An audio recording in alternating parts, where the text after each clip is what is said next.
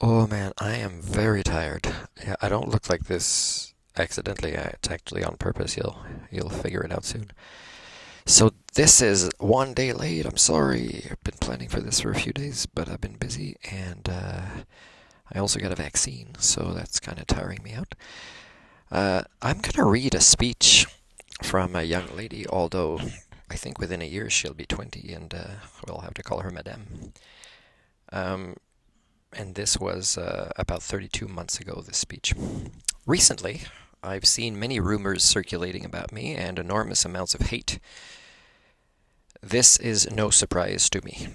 Yeah, HSD, anybody that deviates from the norm, even school teachers and school administrators, I found help promote this kind of bullying. I know that since most people are not aware of the full meaning of the climate crisis, which is understandable since it has never been treated as a crisis, a school strike for the climate would seem very strange to people in general. So let me make some things clear about my school strike. In May 2018, I was one of the winners in a writing competition about the environment held by Svenska Dagbladet. Oh, sorry about the Swedish newspaper pronunciation. I got my article published, and some people contacted me. Among others was Bo Thorin from Fossil Free Dalsland. He had some kind of group with people, especially youth. He wanted to do something about the climate crisis.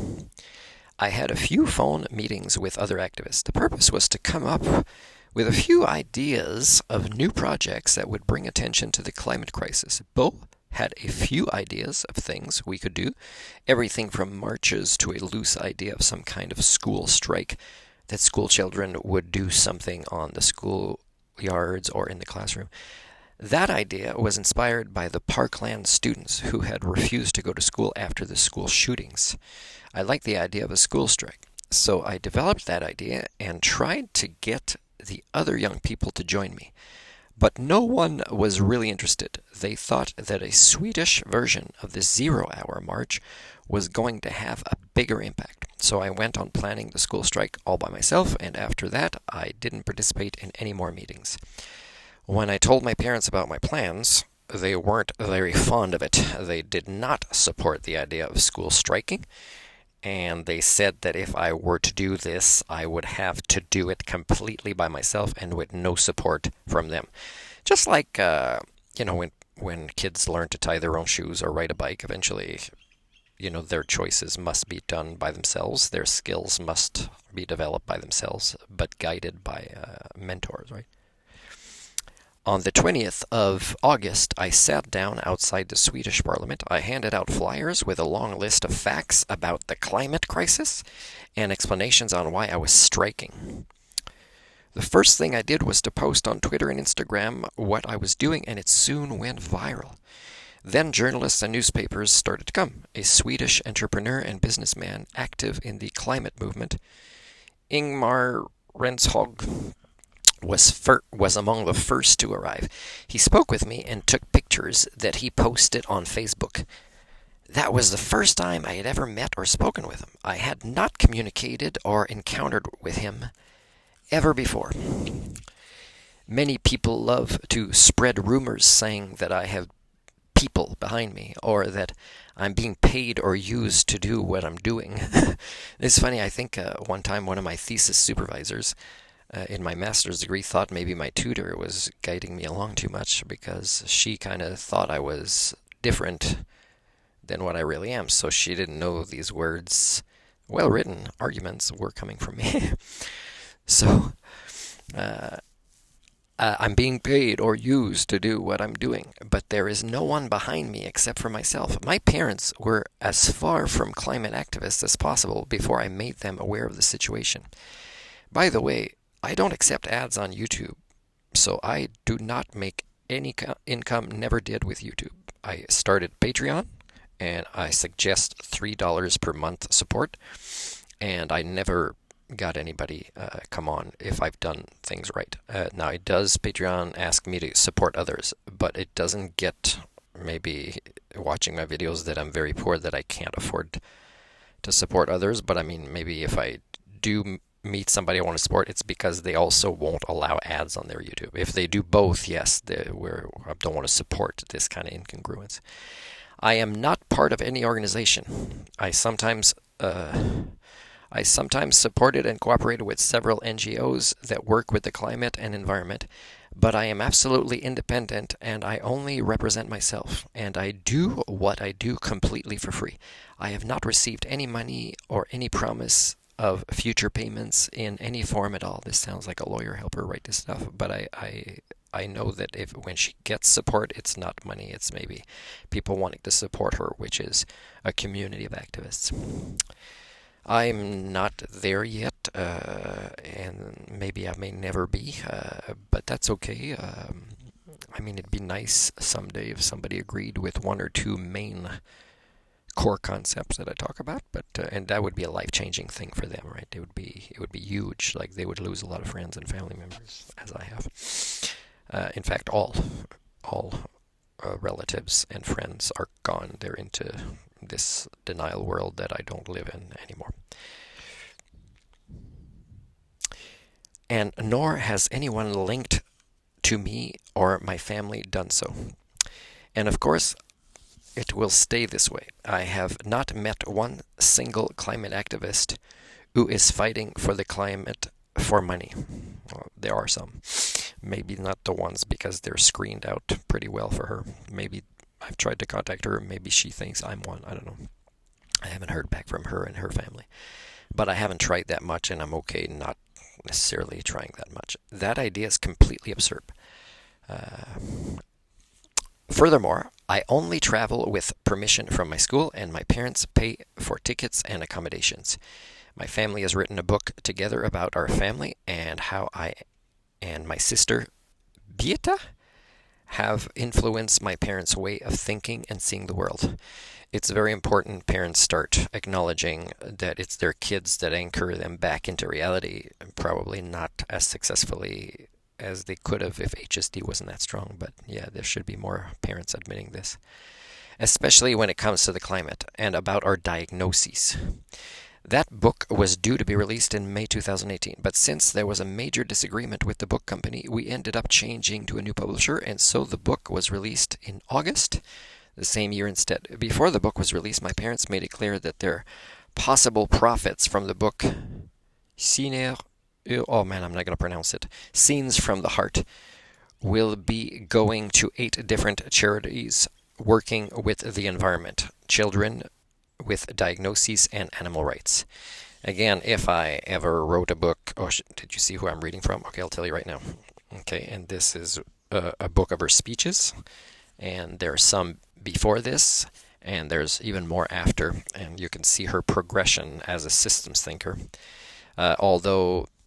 She's already better than Jordan B. Peterson as a systems thinker, and the kind of traveling and hardship she's endured, and the kind of caring for doing the right thing instead of just doing what benefits them and thinking that's available for everybody. That's a flaw right there.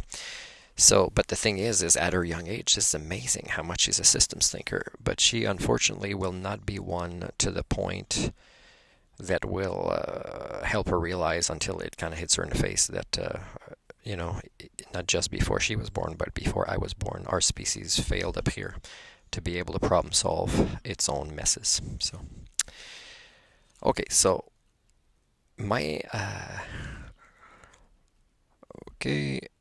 before the book was released, my parents made it clear the profits would go to these charities and with the environment, children, animal rights. Okay, and people with diagnoses. And yes, I write my own speeches. But since I know that what I say is going to reach many, many people, I often ask for input. I also have a few scientists that I frequently ask for help on how to express certain complicated matters. I want everything to be absolutely correct so that I don't spread incorrect facts or things that can be misunderstood. Some people mock me for my diagnosis, but Asperger's is not a disease, it's a gift. People also say that since I have Asperger, I couldn't possibly have put myself in this position. But that's exactly why I did this, because if I would have been normal and social, I would have organized myself in an organization or started an organization by myself. And we all know where organizations lead, right? Jane Goodall, David Suzuki, their foundations, are examples of suddenly becoming, what the Amazon forest now is, in South America. So, but since I am not that good at socializing, I did this instead. I was so frustrated that nothing was being done about the climate crisis, and I felt like I had to do something, anything, and sometimes not doing things, like just sitting down outside the parliament, speaks much louder than doing things, just like a whisper sometimes is louder than shouting. Also, there is one complaint that I sound and write like an adult. Well, I mean, this is probably translated into English. I don't know. She probably writes in her own language first, but for me, this sounds appropriate to somebody that cares to do a good job, that works on her speeches, and maybe gets somebody to spell check and make sure it's well done before somebody translates it, if she doesn't do that herself. So for me, I think it's appropriate to her age, except, maybe a lot of people think, that we shouldn't be that good at speeches, but it's actually people have to be motivated to write a speech and deliver it, and that's really rare. And to that, I can only say, don't you think that a 16-year-old can speak for herself? There are some people who say that I oversimplify things. For example, when I say that the climate crisis is a black and white issue. We need to stop the emissions of greenhouse gases, and I want you to panic. But that I only say because it's true. Now, if people criticize her for that, yeah, again, they might not be very good at analyzing text themselves, right? She said that specifically related to what causes greenhouse gases to kind of warm up, right? That's the black and white part. She's not talking about the entire system understanding, right? Yes, the climate crisis is the most complex issue that we have ever faced, and it's going to take everything from our part to stop it. But the solution is black and white. We need to stop the emissions of greenhouse gases. And because we're not, well, look what's happening with Putin. I mean, it's not hard to figure out right and wrong there either. But because so here's an example. Let's say she gets consultation from scientists that analyze specifically the chemistry in the atmosphere and its responses with the greenhouse gases. She does not necessarily from that same person get political or social systems thinking consultation with what's happening between countries in, let's say, oil wars and their economies and the politics that's behind it, right? And how even changing to non-combustible engines requires combustible engines to feed this industry for way too long before we're kind of too late with this. Because either we limit the warning to 1.5 degrees Celsius over pre-industrial levels, or we don't. Either we reach a tipping point where and by the way, guys, the facts that came in and are still hopeful since then, meaning from scientists who can't really deal with reality entirely themselves, so it gives us, false hope, negatives in the results, but it's even worse than this from 32 months ago, okay? Either we reach a tipping point where we start a chain reaction with events way beyond human control, or we don't. Either we go on as a civilization, which we've never stabilized a proto-civilization, or we don't. There are no gray areas when it comes to survival. And when I say that I want you to panic, I mean that we need to treat the crisis as a crisis. So when your house is on fire, you don't sit down and talk about how nice you can rebuild it once you put out the fire. If your house is on fire, I don't know, there might not be a lot of wood to use for everybody to rebuild a house. You run outside and make sure that everyone is out while you call the fire department. That requires some level of panic. There is one other argument that I can't do anything about. And by the way, a lot of the parents that don't want to treat it, or politicians or whoever, people that talk about this, they don't want to treat it as a crisis, they're really the kind of parent where, they're a deer with the is it fawn, crossing the road, and the bright lights are coming, even horns, and the child deer is asking, should we run or what should we do? Oh, don't worry, just enjoy the beautiful lights. That's really the way I see most parents, especially when they keep having kids, really respond. And that is that the fact that I'm just a child and we shouldn't be listening to children. But that is easily fixed. Just start to listen and to the rock solid science instead, including the social sciences. Because if everyone listened to the scientists and the facts that I constantly refer to, then no one would have to listen to me or any of the other hundreds of thousands of school children on strike for the climate across the world. I hope they're on strike also for good quality education, which is a secondary reason. Then we could all go back to school. I am just a messenger, and yet I get all this hate. I am not saying anything new. I am just saying what scientists have repeatedly said for decades. Some behind closed doors when they're hired by oil industry. And I agree with you. I'm too young to do this. We children shouldn't have to do this. But since almost no one is doing anything and our very future is at risk, we feel like we have to continue. Like, she's one of the most competent person to be developing into a responsible adult. That means she'll have to feel like she can't even become a climate scientist. She'll have to become a leader for dumbass kids who are the ones who say, oh no, that's just beautiful lights and sounds. You can stay in the road as long as you want. There'll be a lot more kids like this than her type of kids. So she'll be forced to kind of help them instead of, doing more to understand system science. But again, like she says, we have all the answers, really. We just have to apply it. But I'm the only one talking about the answers of why we're not applying it at the core as a grand unification theory. But since almost no one is doing anything and our very future is at risk, we feel like we have to continue. And if you have any other concern or doubt about me, then you can listen to my TED Talk in which I talk about how my interest for the climate and environment began. And thank you, everyone, for your kind support. It brings me hope. And so this is her. She's a hero.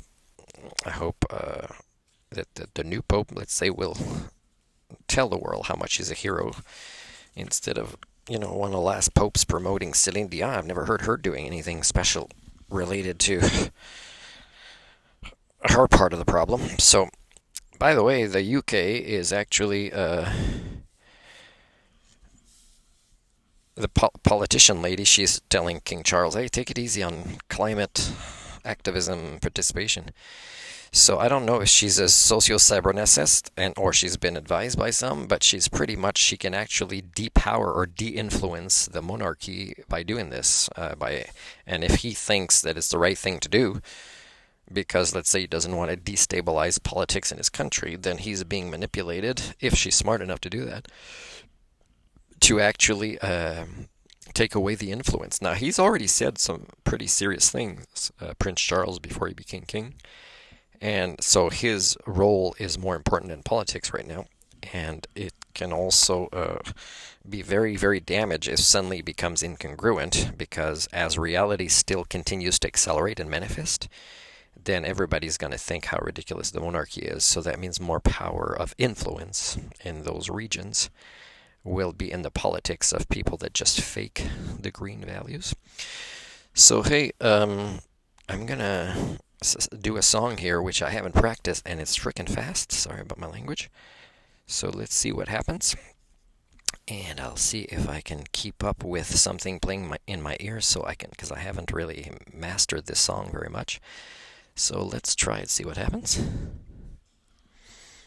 I got the lyrics here, but I'm going to try to whisper it, not to sing it too loud.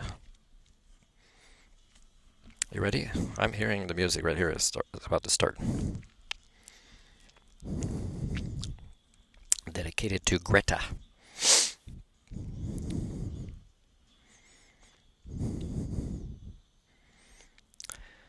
Bravo, Madame le monde, chapeau. Madame le monde, même quand les gens diront que vous ne tournez pas toujours très rond. Bravo pour vos montagnes, c'est beau, c'est formidable. Compliment pour vos saisons qui nous donnent des idées de chansons. Bravo la mer, on n'a jamais trouvé un vert plus bleu, un bleu plus vert. Aucune symphonie n'est riche d'autant d'harmonie qu'un merveilleux tonnerre qui fait l'amour avec la pluie. Bravo le vent, qui fait ramper les blés, qui fait trembler les océans. Bravo pour le soleil et la colère du volcan. Bravo pour l'arc-en-ciel qui met de la joie dans le cœur des enfants.